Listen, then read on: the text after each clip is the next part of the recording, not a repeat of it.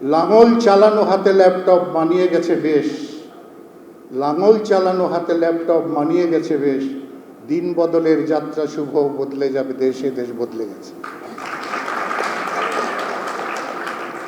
এখনো বিশ্বাস করি এই নতুন প্রজন্মই বাংলাদেশকে বদলাবে, খালি না সারা পৃথিবীকে তাক লাগিয়ে দেবে।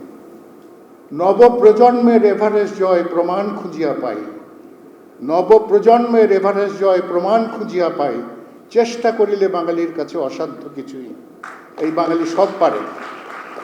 নবপ্রজন্মের এভারেস্ট জয় অর্জনখানা বেশ, নবপ্রজন্মের এভারেস্ট জয় অর্জনখানা বেশ, নারী পুরুষের নেই ভেদাভেদ, দিস ইজ বাংলাদেশ, এই হলো বাংলাদেশ।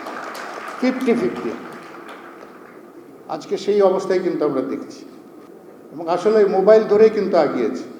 এবং সেখানেও আমরা যখন এটার প্রচার করি তখনও কবিতা বলতাম, মোবাইলে তথ্য সেবা পাঠানো যায় মানি, মোবাইলে তথ্য সেবা পাঠানো যায় মানি, বাঁচলো সময়, বাঁচলো খরচ, বাঁচলো পেরেশানি। এইভাবেই কিন্তু মানুষ এটাকে গ্রহণ করেছে। আমরা কিন্তু শুরুটা করেছিলাম ওইভাবেই, এই ডিজিটাল বাংলাদেশের।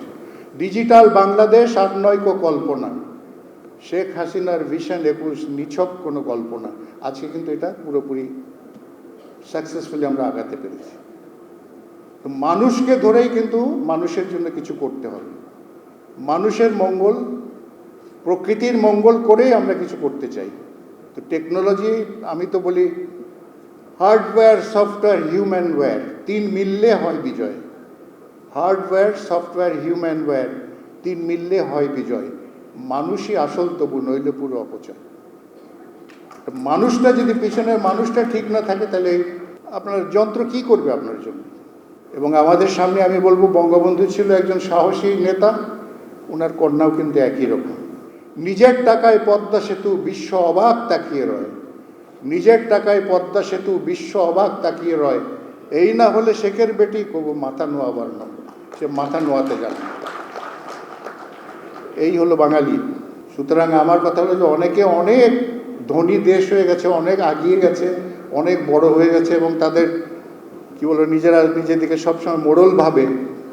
কিন্তু প্রশ্নটা হলো, সবাই মিলে যদি আমরা না বাঁচি, তাহলে মোড়লরাও বাঁচবে না। পক্ষপাতের ভিড়ে আজ থেকে কোনো পক্ষ নয়, খবর হবে নিরপেক্ষ। বানোয়ার তথ্যবাদ, খবর হবে নিখাদ। ভেঙে গুজবের শিখ, খবর হবে নির্ভীক। এলো খবরের কাগজ, নিখাদ, নির্ভীক, নিরপেক্ষ।